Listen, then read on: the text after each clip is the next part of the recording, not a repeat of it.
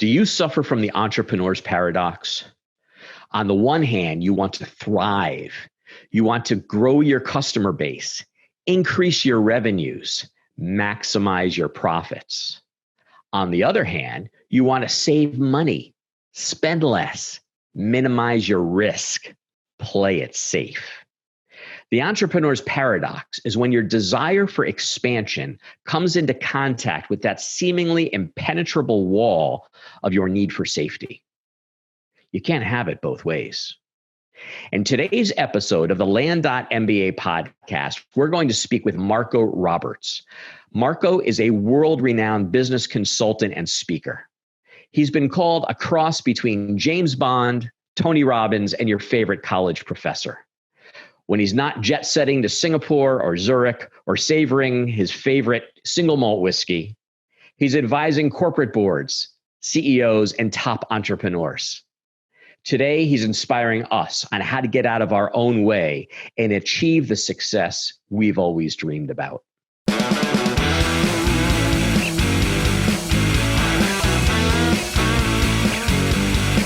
Welcome to the Land.MBA Podcast, where we go deep into the business of land investing. Marco, Howard. Marco, thanks for joining us. Been a while. It's been a while. Absolutely. You have a special glow about you today, man. Yeah. How's that new little baby? Dude, there's something pretty special about having your first child later on in life like this. And, with this, we're recording this during the coronavirus, lockdown. So I get to spend a lot of time with my kid and my fiance at home. I mean, it's really, really special. It's just like precious moments. I'm very excited about it. That's awesome. I mean, been 14 years for me since mine was that little, but gosh, I remember those times like it was yesterday. Yeah. I didn't think I was going to be into babies. There's a reason why I never had kids before. I was not into kids. And I thought, okay, you take care of him, by the time he's 2, 3, or 4, I'll start teaching him how to play soccer and things like that, But before that, what do you do with a baby? I had no idea. But it's so amazing to get this. I mean, he's 3 weeks old, and to be able to spend this time with him and see how fast he's literally just before this call, I measured him. In 3 weeks, he grew by an inch and a half. He's an inch and a half longer than he was 3 weeks ago. And it's just this interaction with this pure, such a pure being. It's really amazing. We're having a good time. And my I'm very fortunate because my fiance she's a doctor of psychology. So doctor, so she's like nerd, right? So she did tons and tons and tons of research of, how are we going to raise this kid and what we need to know to get ourselves ready. So, and psychology, so she knows a lot about psychology and the psychology of raising kids. So it's pretty amazing. I mean, we're having a trip. She found out something. Most parents probably don't know this. If you're a parent and you're watching this, you want to know this. Babies have 5 distinct sounds that they make. And each and every one of those actually has a meaning. I'll just give you one. The most important one is when they say, nah. Nah means I'm hungry. Really? And it's because there's something happening in the mouth when you don't have any teeth and you're hungry. That's the sound that your mouth makes. When they're tired, they make a sound more like, ah. And you know what? We've been playing with this for the last 4 or 5 days now. And it's true. When the baby makes a certain sound, if we actually address the baby in the way that it's supposed to mean, it works every single time. It's almost like we have a 3-week-old and we're having a conversation with the boy. It's insane. You're the baby hacker. You've hacked the baby. The baby hacker. Dude, I've been called the business hacker before. Now I'm going to be called the baby hacker. We're hacking this thing called baby raising, man. You just want to be careful how you use that in a sentence. Yeah, you have to be careful about that. That's awesome. That's pretty great. Oh man, that's crazy. I got to see some video of you guys trying to talk to your baby.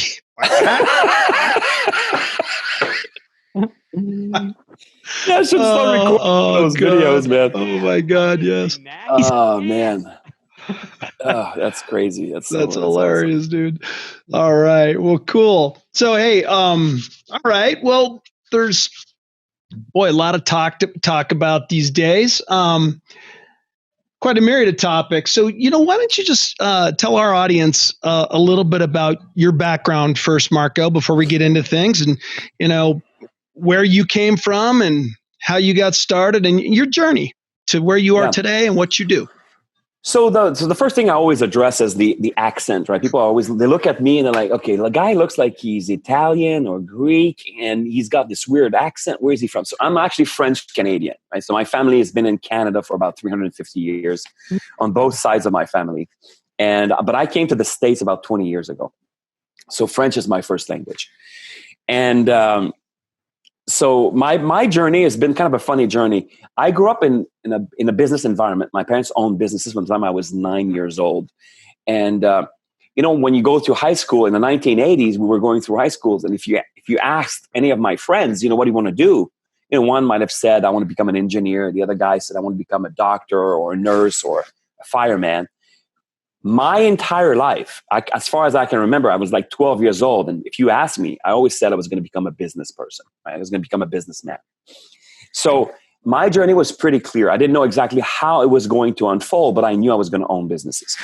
So that I ended up, after serving in the military, I went back to college in Canada, and then I graduated with a degree in hotel and restaurant management. So, well, and then after that, I said, okay, well, I want to own a business. I didn't have the capital to starting a business. I didn't have maybe the confidence to start a business. So I said, well, I'm just going to get a job, work in the hotel and restaurant industry for a few years, and then try to figure this out. So I ended up working for about 5 years. But something dramatic happened. Like I graduated in April of 92, and in September of 92, so just a few months later, my dad passed completely unexpectedly. And for a 22-year-old kid, it was a shock, like a massive shock in my life. And it kind of rearranged my entire life. It rearranged my DNA. And I started to look at myself, and I started to look at life for the first time and thinking, okay, I don't want to die at a young age. What do I need to learn about life? And I embarked on this journey of personal development, of self-discovery at the age of 22. And very soon, the question that popped in my head was, why is it that so many businesses fail? And what is it that businesses that succeed do that the other businesses don't do? So if you remember in the 1990s, Tony Robbins was on TV 24/7, right? If you're old enough to remember that. I mean, he had these infomercials on TV 24/7. And I used to watch those infomercials like it was a TV show. It was always the same infomercial, but I would watch it over and over again. And he was selling a series of tapes. I think it was called Personal Power. And he was selling it for like the equivalent of maybe $350 Canadian at the time, which was a lot of money for me. That was more money than I actually made per week. And, but I kept on watching it. So one day my girlfriend said, you know what, dude, you buy it. I mean, just buy this freaking course. So I bought the course, and that was the first time I'd ever bought something like that. And it changed my life. I embarked on this journey. Tony made me understand that it was possible for me, even though I came from a small town, very normal, average, ordinary French Canadian family, that it was possible for me to achieve more. So I embarked on this path of wanting to achieve more and to discover what more meant. And the first question that I asked myself was, okay, why is it that so many businesses fail? And if I want to become a successful entrepreneur, what do I have to learn? And so that was the beginning of my journey. And within maybe a year of devouring books after books after books, because Tony taught me to learn speed reading. So I became a speed reader. So I was reading sometimes 3 books in one day. Wow. And then I realized, okay, at 23, I remember sitting down on my couch in Montreal, Canada, and realizing, wow, success in business can be equated to one thing: systems. It was like a moment of epiphany. I realized, wow, if I systemize, and I remember the moment like it was yesterday. It was like almost freaking 30 years ago, 1993. And I remember the moment because I remember thinking, franchises are very successful. They don't fail, or hardly. where independents fail all the time. And I just correlated these two things. And I thought, what's the difference between a franchise and an independent? It's system. The franchises are systemized. So that was the beginning of my journey. I embarked on that journey. And then within a couple of years, I felt so confident after systematizing the businesses that I worked for as a manager. I felt so confident that I said, okay, now I should start my own businesses. So at 27, I ended up starting my first business, and I never looked back, right? It's been a fun journey since then. What type of business was that you started? My first businesses were actually, they were restaurants. Okay. So I opened a restaurant. I was working 100 hours a week. I systemized it like crazy. And maybe 6 months later, I had an opportunity to actually buy somebody else's restaurant, actually on the same street where my restaurant was located. So I ended up buying the other restaurant. Again, I worked another 4 or 5 months to systemize that second restaurant. But within less than a year, 9 months to 12 months of starting my first restaurant, now I had 2 restaurants. They were both on rails, meaning systemized, all the operations, the marketing, everything was being done systematically, automatically. I had about 50 employees between my 2 restaurants, and I was working like 10 hours a week. Oh, wow. So, big difference. Huge. So I hit the nail right on the head, with my first couple of businesses, because it took me 5 years to prepare myself before I actually started my first business. But it worked immediately, I've got a question for you, Marco. So I think a lot of people in our industry, the land investing industry, they want to do that. I mean, certainly Land Speed, which is the product that I offer, is exactly that. It's it's a workflow automation tool to automate the whole business. Yep. But, it's not enough. I mean, a tool doesn't automate everything. You still need people. And, a tool's not going to do your marketing for you, although it can automate the process by which people work together. Somebody still has to come up with the creative and do on all those things. So what I find in this industry is that people stop at the point where they have to spend money. So, in order to get a business that's fully systematized, where you're working 10 hours a week and everything's still happening, it's still happening because you've automated what can be automated and you've outsourced all the things that you can outsource, except for those things that maybe you don't want to outsource. But to outsource those things and to automate, it takes some investment to get to that point. And people don't want to make that investment until they first earn the money. Yeah. So what's when you're coaching and advising businesses, how do you advise them in that to sort of manage their, should they like do it themselves first, start generating some revenue, make sure they understand their own processes, and then, add this automation in the people as, from OpEx or from their operational income, or should they get some invest in it up front, build those processes, and then grow their business into that investment? So the quick answer is all of the above, right? It depends on the industry, it depends on the people, it depends on the market. But here's the one thing that is the most important. I divide the entire world into 2 groups of people. Okay, the entire world. Like you have a big, massive blob of human beings on one side that represent probably 95, 97% of human beings. And I call those people normal, average, and ordinary people, right? Or NAOPs for short. So an NAOP is basically, it's just a normal person. There's nothing wrong with that, right? I mean, you were raised by normal people. Your neighbors are normal. Your wife is probably normal. Your cousins are normal. Everybody around you is pretty much normal. Well, normal people will not have extraordinary results in life. You understand? If you're a normal person, you will not have extraordinary results. You're going to have normal results. And there's a dichotomy. There's a disconnection there, because there's so many people in life who say, they raise their hand, energetically. Like they're like, hey, look at me here. I want more. I want more in life. Okay. But I still need to watch the game every Friday night or every Sunday night. I still need to have the same white picket fence neighborhood that my brother does. I still need to have the same life that my cousin does. I still have to live the kind of life that my parents lived, right? I still need to eat what everybody in my family eats. Well, dude, if you're living the same life as everybody else and you're taking the same actions as everybody else, you're not going to have different results. So that's the first shift. Because, see, to be an entrepreneur, I want you to understand that term, right? An entrepreneur it's a French word, and it means a person who undertakes. They undertake. So what does that mean? They undertake what? They undertake to create solutions for the world. They undertake to find solutions to big problems of the world. So there are different human beings. So that other 3 or 4% of human beings is what I like to call those people outlier, because they're not part of the group. So they're outliers, and entrepreneurs. So they're outlier entrepreneurs, or OEs. They're OEs.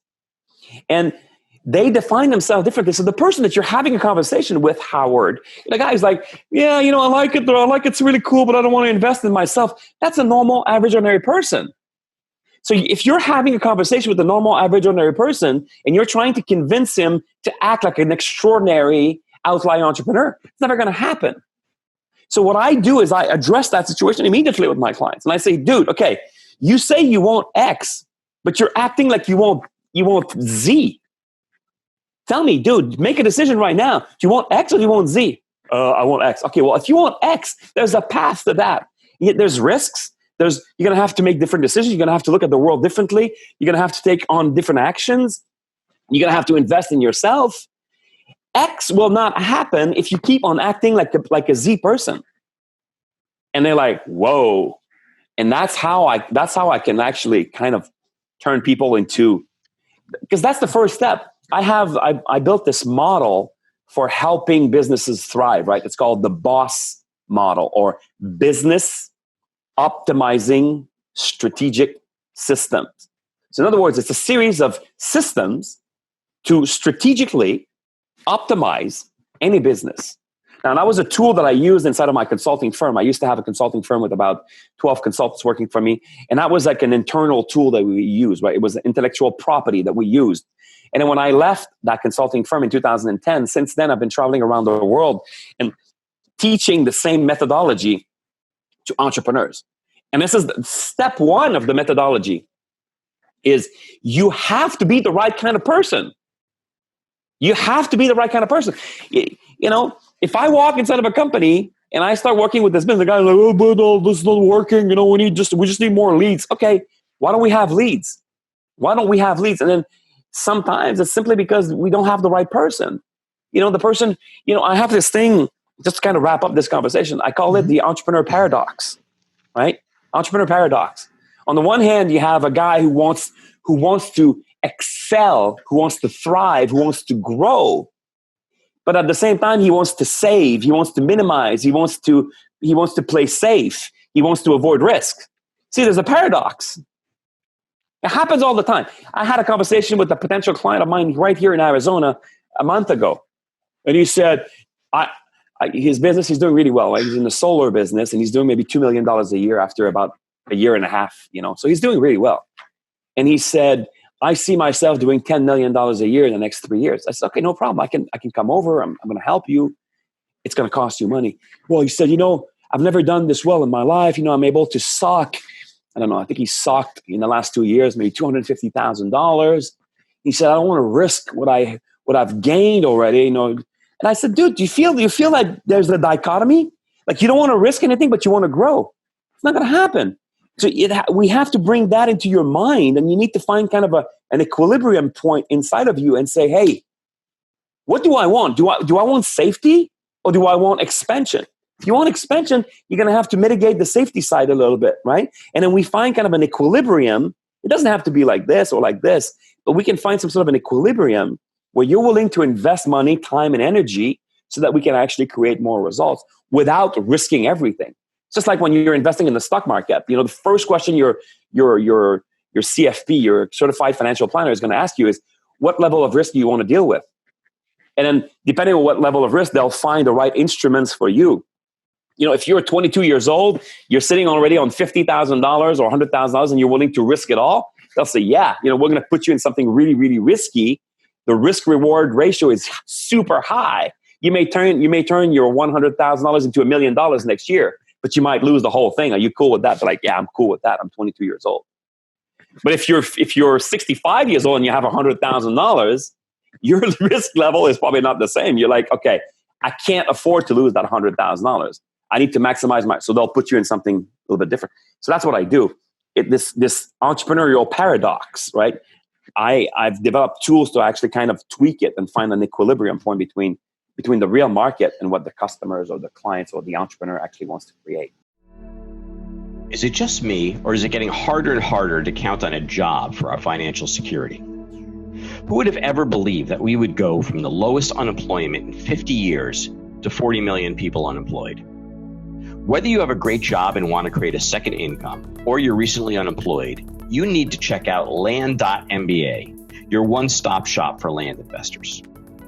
Investing in vacant land is a proven business model that can help you build a reliable and scalable second income. Imagine a business where you love what you do. There's no limit on how much money you can make. You can operate your business from anywhere in the world with an internet connection. And best of all, you can never be fired or downsized. If this sounds good to you, Land.MBA provides everything you need to get your business up and running and delivering income quickly. You get education, an end-to-end video course and optional coaching to help you get started faster and turn your energy into income. You get tools so you can automate and outsource the busy work and stay super organized. You get access to a thriving community of like-minded investors, which is a powerful way to share best practices and develop potential partnerships for growing your business. And finally, you get access to deal financing, so you never have to pass on a great investment opportunity due to limited funds.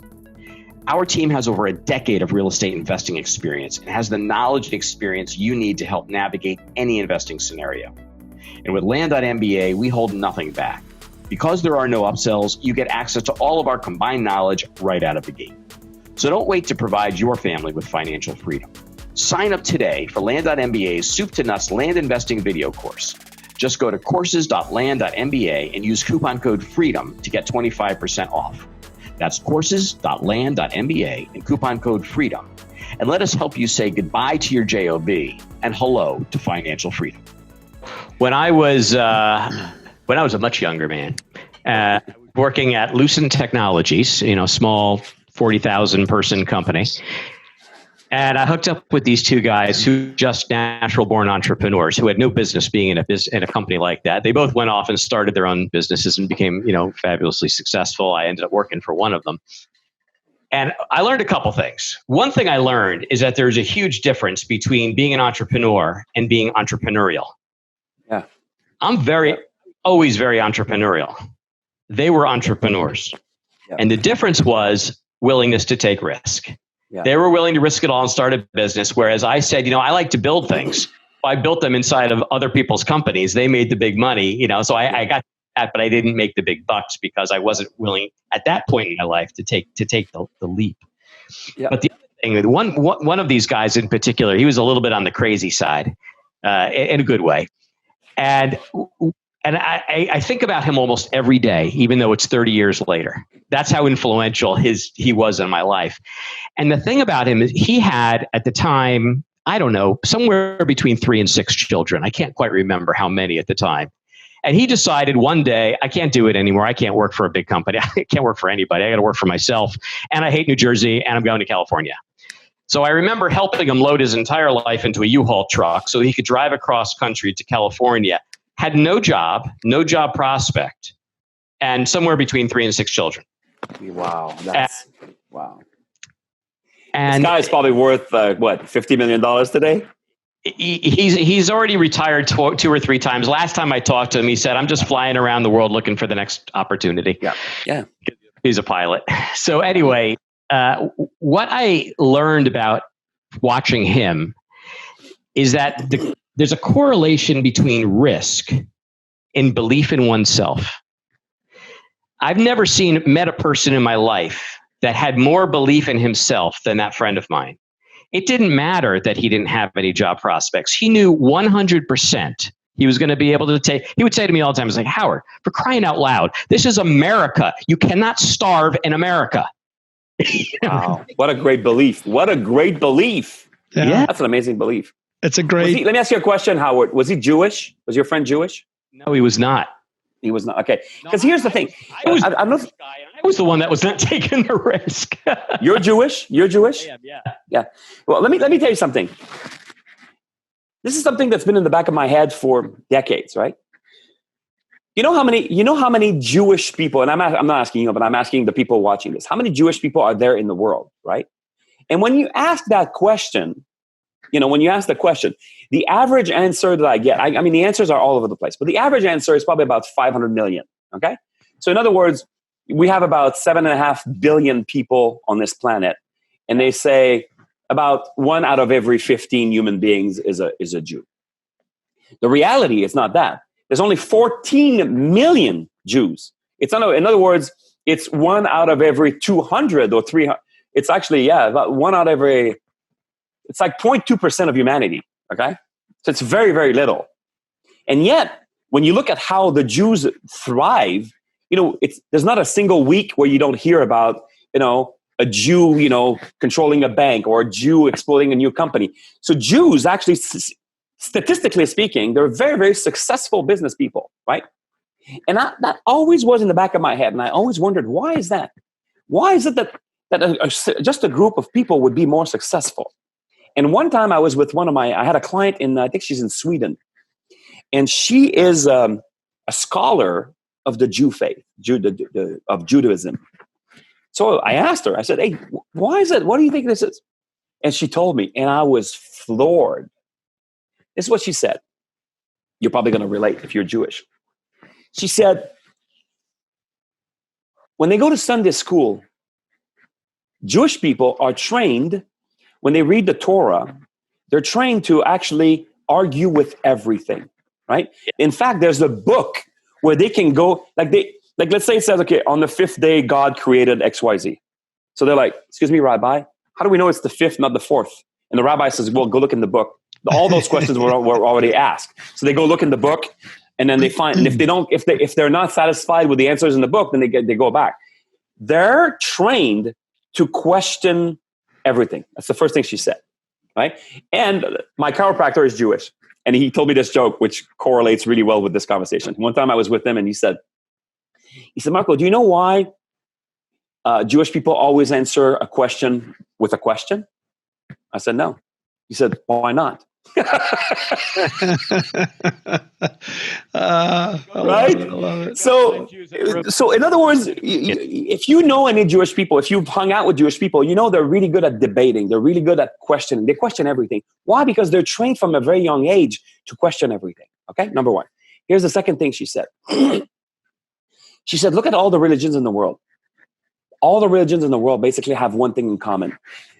You have human beings here, you have God here. Right? God is kind of this omniscience, omnipresent being that's kind of overlooking your life. She said in Judaism, in the Jewish faith, we are learned that God is inside of us. We are an expression of God.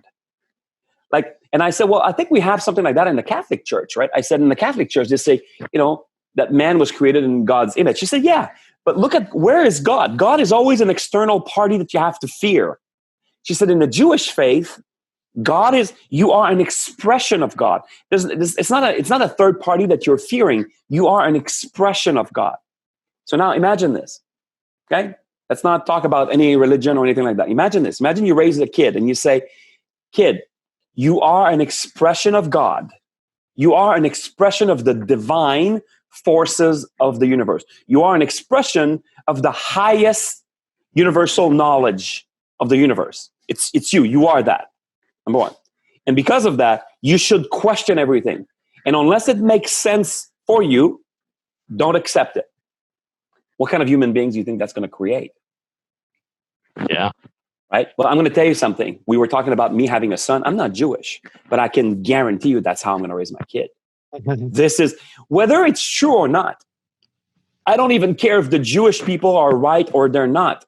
What I care is that having this kind of a belief system, having this kind of a confidence inside of you from the moment you're born to think, hey, you know what? The universal knowledge of the world is vibrating through me. And because of that, I get to question, and unless it makes sense to me, I'm not going to go for it. I mean, I don't think you can have more confidence than that. And with that, I think she's right.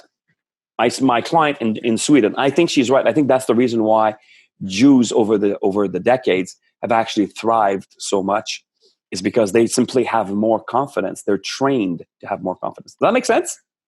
So I just have to tell this very, very short story just to reinforce what you just said. So when I was 13 years old, I had my bar mitzvah. I became a man. At about 13 and a half, I went into my parents' bedroom and I said, I just want to let you know I'm quitting being a Jew. And they looked at me and to their credit, they didn't give me a hard time about it. They just said, why? And I said, well, who am I to say we're right and everybody else is wrong? I think I need to study this a little bit. Wow. Wow, that's pretty amazing. That's really amazing. I completely, resonate with what you just said. Yeah, that's great. And the truth is this. The truth is this. I'd be willing to wage money on this. That there's probably more Jewish kids doing what you did because they're trained to question everything. So of course they're going to question their own faith. Yeah, I'm willing absolutely. to bet anything that if you take all the kids raised in all the religions in the world, percentage-wise, there's more kids doing what you did in the Jewish faith than in any other religion. I'm willing to bet on that. I would agree. In any like Christian faith, I mean, it tends to be, and I shouldn't really even speak to it because I'm not in the Christian faith, but I certainly have a lot of friends. Okay, I'll correct you. A lot more command and control. The priest, the minister, the pastor is the person with the answers. You are the person with the questions. In Judaism, rabbi is the chief scholar. That's all.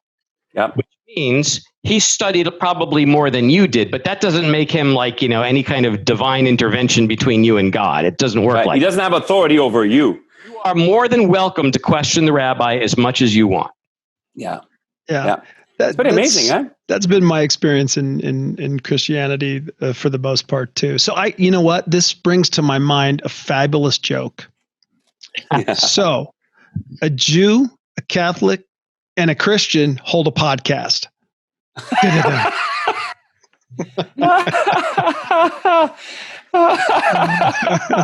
Oh my God. All right. So who's drinking the scotch? Who's drinking the wine? And who's drinking the vodka? I'm drinking all of them. We have oh my God, this is crazy. There's no choice there. There's no choice, exactly. With that, I'm gonna change directions a little bit here. Yeah. Marco, kind of, I want to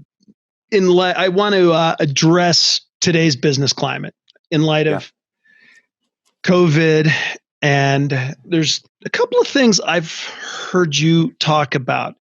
One is you coined it the Great American Reset, and how entrepreneurs will save the world, that the world needs heroes, and those heroes are the entrepreneur. But before we get into that, I just got to say a few words about our sponsor, LandSpeed. Hey folks, my name is David Van Steenkist, and I've been a real estate investor for over 10 years. I've used lots of different tools, but none of them has done for my business what LandSpeed does. LandSpeed covers every step in the land investing process, from ordering mailing lists to marketing, sales, and closing the deal. What I really like, though, is it anticipates my needs.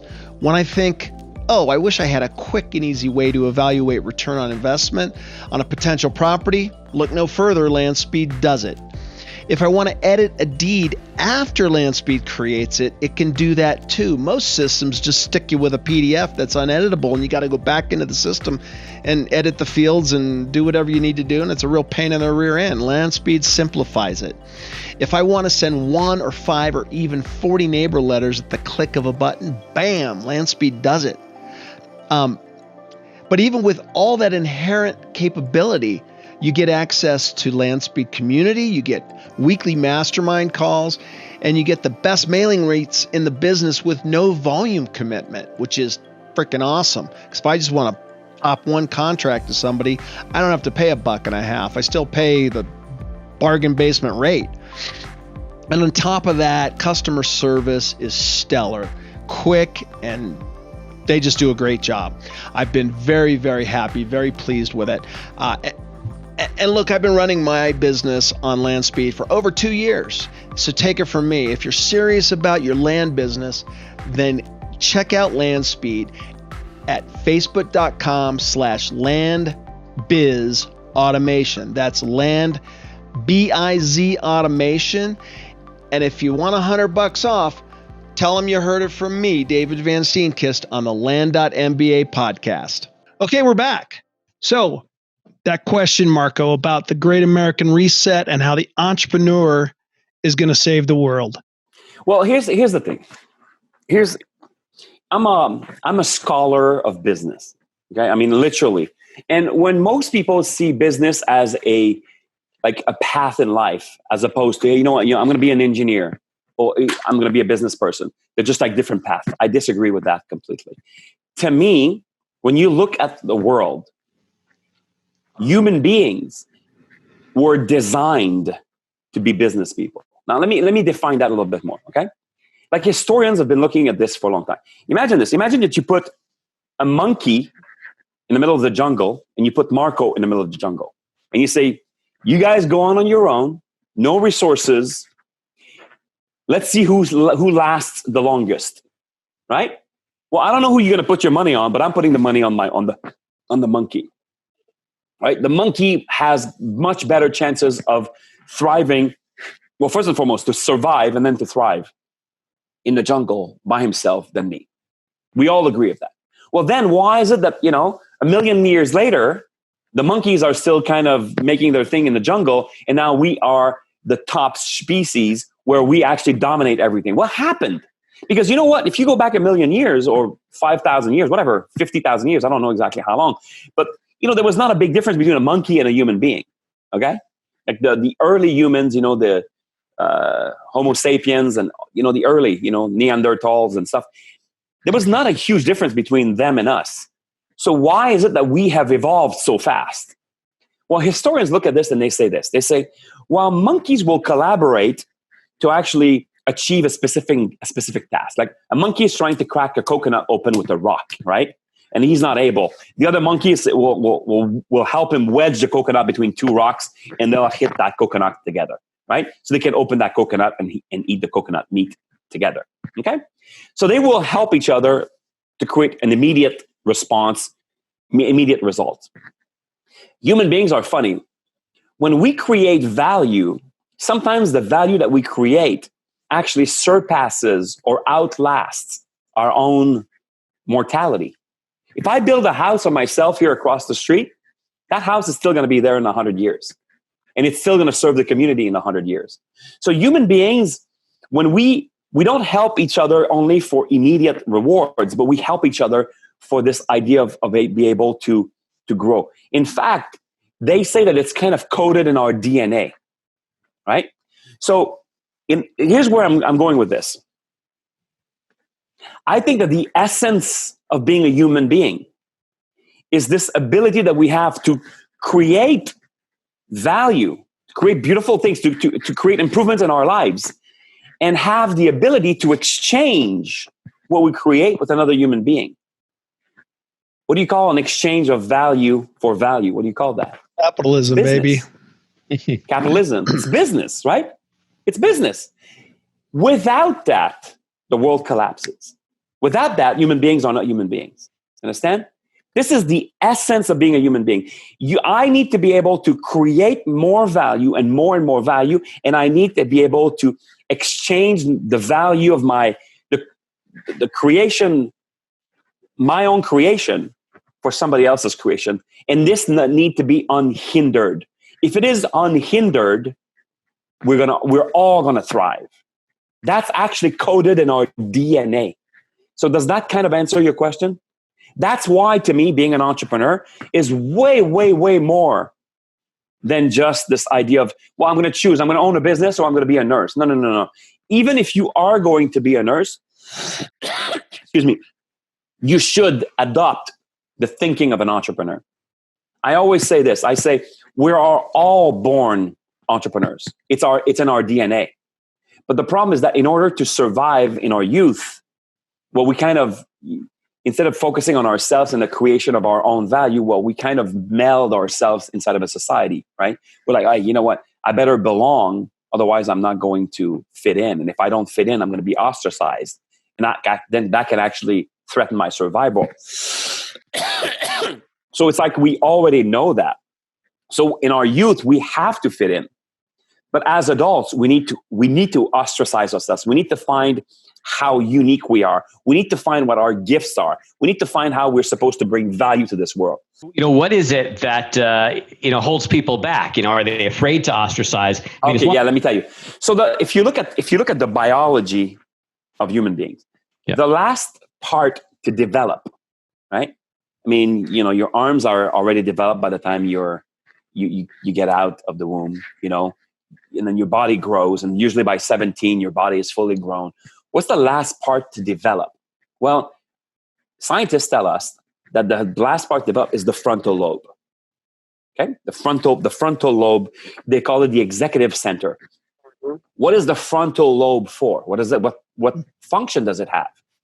It has a discerning function. Okay, so it helps you discern between what's good for you and what's not good for you. It helps you discern. It helps you see yourself for what you are. It helps you see yourself. It helps you basically step outside of your own skin and look at yourself from an outside perspective. Instead of just saying, oh, I'm Marco Robert and I'm part of the Robert family clan. No. Who is Marco Robert? You don't have the ability to discern and look at yourself from an outside perspective until you're about 21 to 25 years old. That's when your frontal lobe develops, right? So why is that? Well, this is my own theory, but I theorize that when we're young, we don't want to see ourselves for what we are.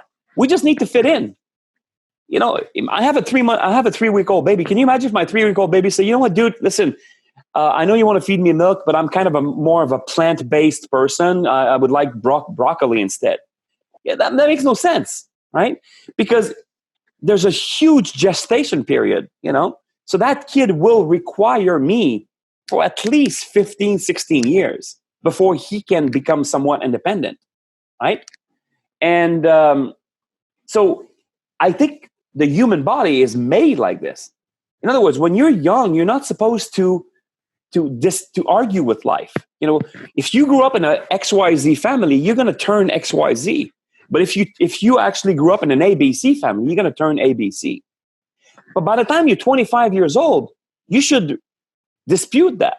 You should say, hey, you know what? Just because I grew up in Afghanistan in a Muslim family, conservative, believing in hard work, is that what I should be for the rest of my life? Or can I become a liberal attorney attending Berkeley School? Right? Yeah, you can. You don't have to be a Muslim conservative from Afghanistan. Just because you grew up in that environment doesn't make that the best environment. It's just one environment. The Muslims are not any more right than the Mormons or the Jews or the Catholics or the Christians or the Buddhists or whatever, right? It's all a different perspective on life. And if it works for you, take that perspective. If it doesn't work for you, if this is not what is good for you, then realign yourself. Before the age of 25, almost impossible. After the age of 25, you have this faculty. The problem is that we are so conditioned that most people, even after the age of 25, choose not to even revisit their conditioning, even though they have the capability. Right. See, in your case, you had the capability much earlier, right? 13 and a half, you're like, okay, I'm going to revisit my whole thing. But most human beings never revisit that, right? They never revisit the beliefs that were fostered onto them, the values that they adopted because of the environment they grew up in. They never revisit those. And that's why I call most human beings normal, average, ordinary. In other words, they fit in the norm, in the average, in the ordinary spectrum of life. People who excel in life are people who actually use their frontal lobe, revisit their values, their beliefs, their convictions, And they start assessing themselves like, wow. And they start reorienting their own life in a way that's going to benefit to them. And sometimes if they happen to be aligned with the same values that they grew up in, then they just keep them. But if they're not, then they just redesign their own life. I think that's the secret to success. I think it's the biggest secret to success. I love that. I still remember the day that I looked back and I said, my parents were right about so many things, Yeah. Because you're so rebellious and, you want to blaze your own trail and do things, and your parents are trying to bestow wisdom upon you because they've been there, done that, and doesn't make them right about everything or perfect, but those years of experience count for something, and I'm struggling with that now with a 14-year-old, and there's that point where you just kind of you guide and you let go, because they're to a point they got to just make their own decisions. And but I think I was about 33 finally when I look back, and I said, so many items that I wish I would have really paid attention to and listened to younger. Yeah. I got it. Yeah, and it's kind of a normal progression, by the way. Okay, usually around the age of mid-30s to 40, that's when you start respecting your dad again, and that's when, if you study that relationship, especially the man relationship, like boy to father relationship, when you study that, you find out that you reach it. So from the age of about 14 to about 30, 35, there's this rebellion against the dad. It's almost like you're fighting the energy of your father. And then after the age of 35, it's almost like you need it's like your father comes back and acknowledges you. And he's like, wow. And then and then as he acknowledges you and he acknowledges your life, you also acknowledge his wisdom. It's very, very common in the development of young boys. Very, very, very common. Wow. Very, very cool. Very cool. All right. Well, we're getting down towards the end here. Howard, do you have any more pressing questions? Yeah. So what I see when I look around, even for our community, so the beautiful thing about land investing, this is how I describe it, just because I don't know how much you know about this little community, but land investors buy land that they've never seen in a county that they've never been to, from a person that they've never met. And then they turn around and sell it to somebody else that they've never met, all from the comfort of their own home. That's the land business. Yeah. In order to do that, it's essentially an online business. It's a digital business because we're doing everything through the computer, and essentially. And I'm finding that all digital businesses are becoming incredibly competitive because the underlying tools and capabilities are either free or so cheap that the cost of entry is low. Now, the educational cost of entry isn't low, the capital entry isn't low, but the tools that you need to actually be able to do it, that's relatively inexpensive. And I've heard you use the phrase, I've been reading some of your stuff and watching some of your YouTube videos, and you use a phrase that I love, and I use it all the time, which is called an unfair advantage. So as our audience of land investors is going into this, and as the competitiveness of the field increases, well, how would you advise them to create or to think about how to create unfair advantage? Yeah. Oh, good question. That's a really good question. So the first thing you need to understand is sometimes we have inherent unfair advantages. And most people don't want to recognize that. Remember what I said earlier, that we all want to help one another and we all want to support one another. It's in our DNA, right? And because of that, we have a tendency to just basically, we don't want to distinguish ourselves. It's kind of an early on tendency. As you get a little bit older in life, after the age of 25, then you start recognizing that you have these things. But most people don't adopt that. Let me give you the best example. The best example is like, talk to a doctor, right? If you look at, somebody has an MD, they have a medical degree. And they're amongst the 1% of the 1% in society in terms of education, right? They've reached the highest level of education. But they hang out with other MDs. And for them, it's just normal. They don't see how this actually can afford them an unfair advantage. They don't see that. So my girlfriend, my fiance actually, is one of those, right? She's got a PhD. And one night we're watching something about the Egyptian pyramids. And we're just watching something, a documentary about the Egyptian pyramids. And then during the documentary, the guy says, yeah, the Egyptian pyramids have been now closed to the public for 10 years or something, right? So it goes to a commercial. I turned to her and I said, how would you like to go see the pyramids? I said, how would you like to go visit the inside of the pyramids? She said, did you not hear? They just said they've been closed to the public. I said, I know. But I said, you're not the public. She said, what do you mean? I said, what if you decided to publish in a peer's journal articles about the psychology of the old Egyptian people? You're a psychologist. She said, yeah, I guess I could do that. So you could do some research. I said, all you'd have to do is call the dean of the faculty of psychology at the university you graduated from and say, hey, you know what? I'm working on this paper regarding the old Egyptian psychology. Would you be able to connect me with the Department of Psychology at Cairo? I said, how long do you think that's going to take? He's going to make one phone call. You're going to be connected. And then all you have to do is start speaking with that person at the University of Cairo who actually knows the guy who runs the freaking pyramid. How long do you think it's going to take before we get a red carpet invitation to fly to freaking Egypt and we're going to go see the inside of the pyramids? She's like, holy moly. She said, I think it would work. I said, absolutely it would work. Because you have an unfair advantage. You have a degree that 99% of human beings will never achieve, which is a doctorate degree. So we can leverage that in an unfair advantage. So there are inherent unfair advantages. Most human beings don't want to recognize that.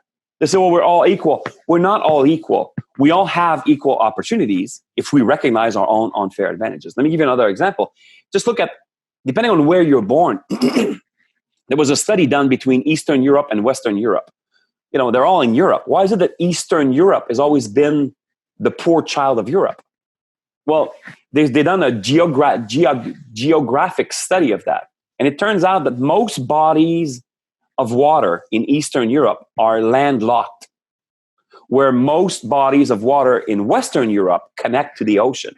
They connect to the North Sea, the Mediterranean Sea, that actually connects to the Atlantic Ocean, right? So in other words, commerce, 500, 600, 700 years ago, 1,000 years ago, when commerce relied on bodies of water, it was a lot more easy to conduct commerce in Greece than it was to conduct commerce in Albania. You understand? And that's why Greece has thrived and Albania has not. Greece has an unfair advantage because of its geographical position. So what do? We just simply don't recognize us? No, Greek are just equal. They're just the same people as the Albanian. No. Why do you think so much philosophy came from Greece? Why do you think the concept of a republic came from Greece? Why do you think we have so much knowledge coming from Greece? Because 2,500 years ago, they were a thriving community. They had so much wealth that they were able to afford to have people just wandering the streets like Socrates, just thinking and asking questions, right? Albania, people were still, with the hammer and the chisel trying to figure out how am I going to eat today? Understand? Not my fault. There's unfair advantages in the world. So the first thing is you need to recognize that fact, okay? So I've talked about educational unfair advantages. I've talked about geographic unfair advantages, but there's unfair advantages in every slice of life. Number one, you need to recognize that fact. Number two, you need to position yourself. How do we position ourselves? Well, number one, you need to identify the marketplace that you're in. You need to identify the niche that you're going to be selling to. Who are these people, right? Who are these people that I'm selling to? Really understand them from a demographic perspective, but also from a psychographic perspective. Who are these people? Okay. Number two, what is the pain that these people try to overcome? Think about this, right? If your average investors are 35 years old, the pain they're trying to overcome is very different than if your average investor is 75 years old. A 75-year-old man has different challenges in their life than a 35-year-old man. Okay. a 35-year-old man in Kansas has different challenges than a 35-year-old man in San Francisco. Okay? They're different. They share some commonalities, but they also have different challenges. You need to understand that, number one. Then you need to understand what pain, what challenges, what are they trying to overcome? What's the thing what's the painful things? Number three, you need to find what is it that they are yearning for? What is it they would like to have? Like they would like it so much, but they've kind of given up on the idea. It's like, yeah, that would be really cool, but it's impossible. Okay? When you understand the pain that they're trying to overcome, when you're finding out their secret yearnings, then number four is now you say, okay, with all that I know, with my business, with all that I know, with who I am, what is the best solution that I can come up? In other words, if I triangulate this demographic, this pain, and this yearning, and then if me and my business, what is the best solution that we can come up with? You understand? You see, the solution comes after the analysis, not before. Most business people, they come up with a solution and then they try to come up with the rhetoric to justify that solution. No, you have to do the analysis first. Then you find the solution. Very hard. Most human beings cannot do that, right? Because they push instead of pull. Yes. Most human beings they copy another business when they start a business instead of coming up with a solution. I told you at the beginning of this call, an entrepreneur is somebody who comes up with solutions, not somebody who copies somebody else's solution. Okay? So that's the process. And then once you have found the solution, the next step is basically to figure out what's the best way for me to introduce that solution to these people. What's the unfair advantage way for me to introduce that solution to these people in a way that is completely going to blow their mind, and it's going to bring so much value to them that price is not an object, right? And right now, I understand that what I just said makes a lot of sense. If you're watching this, it makes a lot of sense. Now, the reality is that the process of doing this is not necessarily simple. Why? Most human beings have not trained themselves to do this. Most human beings, when I do this with my clients, when I do this exercise with my clients, most of them, they say, well, I sell white sliced bread. Okay, so who do I sell the white sliced bread to? I will sell white sliced bread to families with 3 kids who need sandwiches to go to work. Okay, all right. What's their pain? But that's the wrong solution. See, what you need to do is you need to say, who do I sell to? Okay, I sell to, without defining your product, you say, I sell to young families. Okay, I sell to young families. Great. What's their pain? Well, they work really hard and they have a low income. Okay, great. What's their yearning? The yearning is they would love to have lunch meals prepared for them at the same price that it costs them to actually make a cheap white bread sandwich with cheap Spam. Okay. Then you say, okay, how can I have nutritious meals prepared for kids of blue-collar families at the same price as a cheap white bread sandwich with Spam? Now that becomes your challenge. You understand? Now you don't sell simply white bread. Now you're trying to figure out the process. And you're like, okay, well, I know the bread, and then that's my business. I'm a baker. I can create the bread. How can I turn that bread into an actual sandwich and actually make that sandwich very inexpensive? And then that becomes your challenge. And then when you find that, now you have revolutionized your marketplace. Now you have a solution that is exactly what your clients actually want. See, they didn't want white bread. They wanted the cheap, less expensive option because they're blue-collar families with 4 kids. So if you understand that, now you find the best solution and you leverage your connections, your contacts, your knowledge, your education to actually create that solution. And then the next step is you say, now, how am I going to bring it to them in the most efficient way to blow their mind? And most human beings cannot do that process because most human beings are happy being normal, average, and ordinary. And they don't realize it, but the way you think, your value system, your belief system affects your decision-making process. So I can teach this process. I teach this process openly all the time. Most people cannot actually do the process because of the because of the underlying philosophy, ideology, which is just like, I'm happy to be a normal person. See, that process requires a crazy human being who is so dedicated to finding a solution to his marketplace, who is so dedicated to being unique, so dedicated to being an outlier, and so dedicated to finding solutions to the world. In other words, an entrepreneur, an outlier entrepreneur. If you're not that person already, if you're trying to answer my questions from the perspective of a normal, average, ordinary person, it never works. So that's why I'm never going to run out of work, because I can teach this, but most people still need me to actually help them do it. Right. Right. Yeah. I mean, and that's a great point. It's like, we talk about with our business, Land.MBA, you can take a course, you can take our course, you can take anybody else's course. And some people, I mean, I did it, but you can take that course and learn the business and, go through your hard knocks and get there more slowly, and you can do it. I think, though, most people need some guidance along the way, at least that person to call up and say, am I doing this right? Yep. Attaboy, keep going. And that's a lot of times all you need, or a nice portion of what you need. You need that confidence to know to keep going because you are doing it right. And if you stumble, and you will, more than once, it's nice to have that mentor to say, keep going. You're doing it right. You just use the right word. I always say this. I said there's only one shortcut in life, and it's mentorship. That's the only one.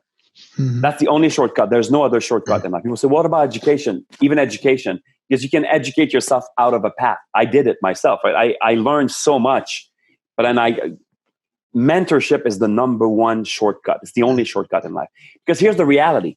See, that person there in your scenario right now, David, they're listening to you, and then you're bringing back on the right path. What if they're not listening to you?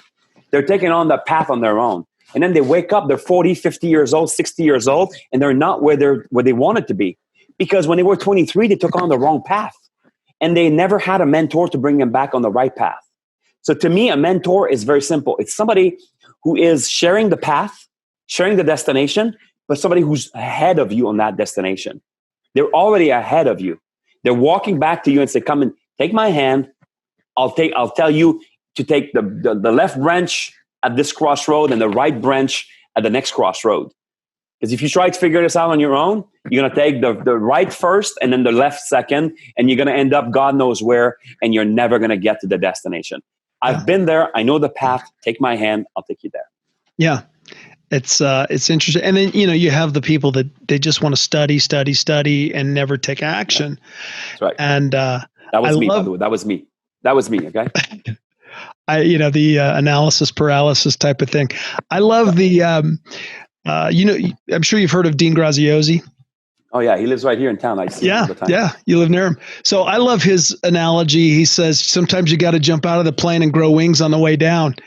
And I love that. I tell my students, I'm going to push you out the plane. I'll be here, but I'm going to push you out the plane, and I've kind of changed the way that I teach now. And I'm like, no, we're going to get your mailers in the air and get you some deals and get you making money. That's the critical part. All the other stuff, we'll figure that stuff out as it goes, but instead of learning the whole thing before you start pulling the trigger, you got to start doing business. It's fear-based. It's just like when my clients come to me and they say, well, how do I do it? How do I do it? Right? That how question, most how questions, when most people, when they ask a how question, they're not actually looking for an answer. They're looking for an excuse. They're basically saying, well, I don't know how. If you as a coach or a mentor simply answer their question, they're going to have another how question, because they were never looking for the answer. They were looking for an excuse. So I do not allow my students to ask me a how question. My answer to a how question is figure it out. They're like, excuse me, coach, how do I do this? Figure it out. Because the kind of person who will achieve massive success, see, we live in the age of information. Every one of us here, I can just touch my computer here and I have way more access than Kennedy had when he put the first man on the moon, or not Kennedy, but when he decided to put the first man on the moon. We have more access, more information than Reagan when he was running the when he was going through the Cold Wars. We have so much information at our own fingertips. Today, to say, well, I don't know how, is not a valid question. It's an excuse. It's a program in your head that says, I'm just a normal, average, ordinary person. I've been told all my life to be a subordinate to a greater authority, so I don't know. Just tell me how. And if you answer that question, you tell them how, instead of empowering them, you are disempowering them. I don't allow that. Right. That's why my students thrive. That's why my students excel, and they completely outshine anything else in their industry. I mean, I could give you tons and tons and tons of examples of people in the same industry for decades and kind of meandering in the industry. And after a year of working with me, they're just like, boom. My greatest success to this day is somebody who, after 13 years, he was making about $100,000 a year. And he thought, I'm okay. I'd like to have more, right? Now, 2 years later, he's going to make $10 million this year, Wow. It's just like 100 times. His business grew 100 times. That's a hell of a success story. Wow. Yeah. Now, obviously, that's my biggest success story to date. But I have many, many people. I mean, for me, if a person does not double their business within the first 12 months of being with me, that's ridiculous. When I compare that to other consultants who say, I have helped this business increase by 15% in 2 years. I'm like, that's not a success, dude. That's just normal progression. That's just linear progression. So in order to create explosive progression, explosive growth, you need to understand not just the business, but you need to understand human beings and how they think. So that's what I do. Use the word path. So the question I had written down, what is the one thing that you can guide our listeners to get on the right path? One thing they can do, take action right now to get them on the right path. Besides, that's a really good question. Getting a mentor. Yeah, that's a really, really good question.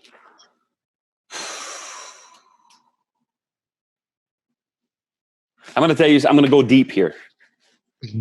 Deeper than you've already gone? Well, I'm going to tell you this. At the end of the day, confidence comes from competence. Right? So instead, if you're watching this and you're not there yet, if you're not on the right path, if you don't feel that you are achieving something, instead of trying to shoot for the moon and say, what, I just want to make $1 million this year. I just want to make an extra $200,000 this year. Maybe the number is too big. The first thing that you need to do is you need to prove to your mind your own competence. I would much rather you say, hey, you know what? I'm going to commit to drinking 6 glasses of water every day. And you do this for 30 days in a row.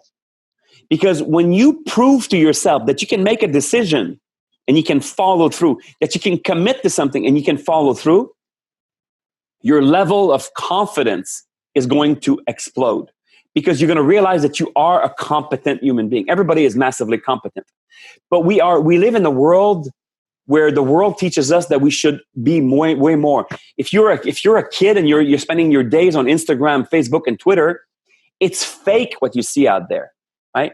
What the world teaches you, it's a fake, retouched, Photoshop picture, right? When it's a snapshot of a disgusting life. It's 30 second. It's the beautiful 30 second in a month, right? That's when you see a picture of somebody on the beach, like they're having the most amazing life. It's a fraction of a sliver of this person's life. They're not having an amazing life, but we're so bombarded with these high standards that we think that the only way for us to survive, to thrive, is to have high standards. So the kid who just graduated from college last year feels like he is a complete failure if he doesn't make $200,000 a year. That's not true. The first year you graduate from college, you shouldn't even try to make $200,000 a year. You should embark on a path of discovery, on a path of mastery, on a path of learning who you are, and to develop this confidence in yourself, to develop competence. And how do you do that? It's simply you make these small commitments and you fulfill your own commitments. You say tomorrow morning I'm going to wake up at 6 a.m. instead of sleeping in until 8 like I normally do. Okay, set your alarm clock for 6 a.m. and when the alarm goes off, wake up and get out of bed. develop those attitudes, those habits of success. And that's going to prove to you that you are a competent human being. And that competence is going to elevate your confidence. And within a year or two, what you will be able to accomplish, most human beings cannot accomplish in a lifetime. That's my advice. Fantastic. Love it. Great way to end the show. Marco, I really, really appreciate you taking the time out of your busy daddy schedule and coming on the show.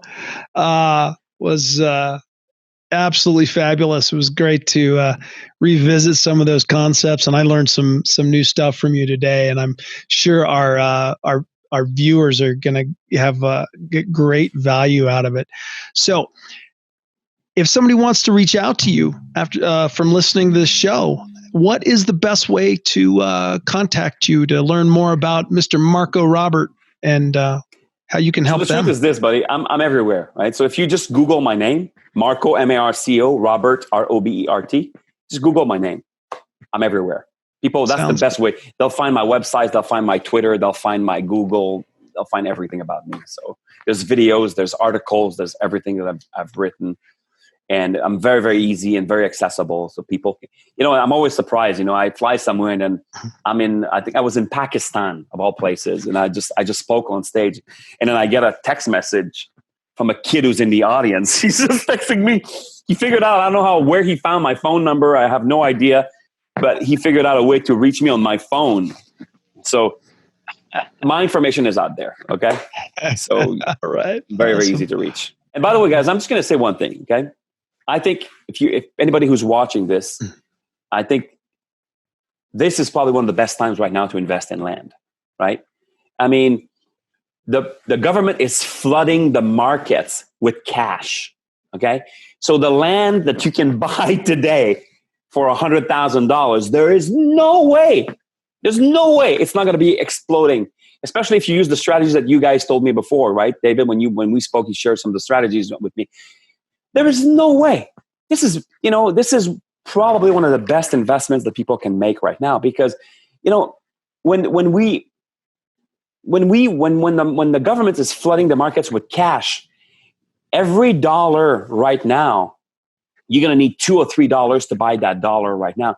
The problem is that if you keep cash, your cash is going to be worth nothing in 6 months or a year or 2 years. But if your cash is invested in a hard asset like land, man, that's the best way. I have a client in Zimbabwe. And if you know anything about Zimbabwe, it used to be called Rhodesia. Mm-hmm. And in 1980, Rhodesia split from the British Empire, right? And on that day, the Rhodesian dollar was worth £1, 1 British pound. Okay? 1 Rhodesian dollar, 1 British pound. It got so bad, they ended up changing their name to Zimbabwe. And if you Google Zimbabwe hyperinflation, you're going to find that at some point, in order to buy bread and groceries for your family for 1 week, you needed, listen to this, guys, that's 10 trillion Zimbabwe dollars to buy groceries for your family for 1 week. You understand? 10 trillion for 1 week. You went from, spending, $40 to spending 10 trillion because money was worth nothing. So you know what Zimbabweans do? They put their money in real estate, land. That's where they put all their money because they say, hey, you know what? I'm going to put my money because we know that there's always going to be hyperinflation. So I'm going to put my money in this building. I'm going to buy a building right now for $500,000, right? And then I borrow $400,000, from the bank. Well, in 3 years, $400,000 today is going to be the equivalent of $20,000. So you're going to pay it like this. You go to work one day and you pay your building. But now you own a building, Now, I don't think it's going to get this bad here. But what the government is doing is they're kind of acting the same way. They're flooding the markets.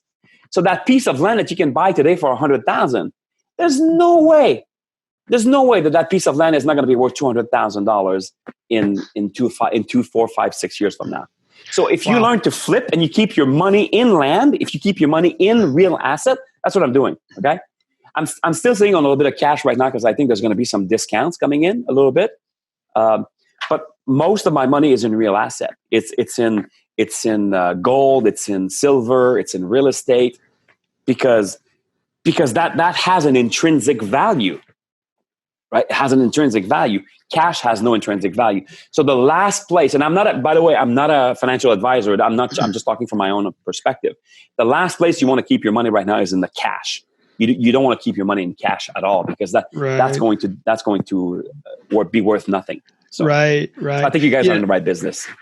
That's good to hear. Well, and I tell you, it's actually sales have been booming during the COVID crisis. I don't know how much of it's been for wealth preservation, but at least on the stuff that I've been selling, but there's a big demand for people to want to live rural. Mm-hmm. They want to live rural because A, the pandemic, if it ever happens again, B, people and companies are coming to the reality that, you know what, this remote thing is real, and a lot of jobs are going to stay either permanently remote or a lot more remote. Maybe somebody's got to come into the office 2 days a week to meet with their team instead of 5 days. But if I'm commuting only 2 days a week, I'm probably going to be okay with living 2 hours outside the city. Yep. Absolutely. Yep. So it's going good. So the high-end market where I live in Fairfield County, Connecticut, is just having a renaissance. Really? People want to get the heck out of New York City right now. Yeah. Interesting. Absolutely. Very good. I was just in California. You know how expensive real estate is in California. Oh, yeah. And I was looking at, because I used to live in California, and one of my friends is in Temecula, and he's selling a property. It's kind of remote a little bit, but it's on 3 acres. It's a 7-bedroom house on 3 acres. You're still about an hour away from the beach. And he's selling it for like $1.3 million. I'm like, what? In the Bay Area where I live, you can't buy a starter home for $1.3 million. You can't. Mm-hmm. He's selling in other words, what I'm trying to say is this: if you're willing to go a little bit inland, if you're willing to remove yourself from the big cities a little bit, real estate is really cheap. Even in California, And then I know some viewers, if you're in the Midwest, you might say, wow, $1.3 million, that's still a lot of money. But for California, it's really cheap. $1.3 million is really, really cheap for California. So just because you're willing to go where nobody is. So yeah, absolutely. There's still a lot of deals in this country for people who are willing to buy a little bit outside of, and the thing is that you're not going to lose any value. Imagine if you buy that house, $1.3 million in Temecula, you're not going to lose value, because an hour away, the same house is $15 million, Yeah. So you're not going to lose any money on that house. So yeah, exactly. So yeah, it's going to be pretty interesting to see where things go from here. But that's a whole nother rabbit trail for another podcast. And I want to be sensitive of your time. And hey, have a great weekend. And you guys, thanks for coming on. And we will talk soon. Hey, thank you so much, gentlemen. Thank you so much. Thanks for the good work you're doing. Talk to you soon. We hope you enjoyed this episode, had a bit of fun, and walked away with some actionable insights that you can apply to your business. Dave and I have got some great content and interviews planned, so don't forget to rate and review, and of course subscribe to this podcast on iTunes, Google Play, Stitcher, or wherever you get your podcasts. If we mention any interesting links or tools, you'll find them in the show notes.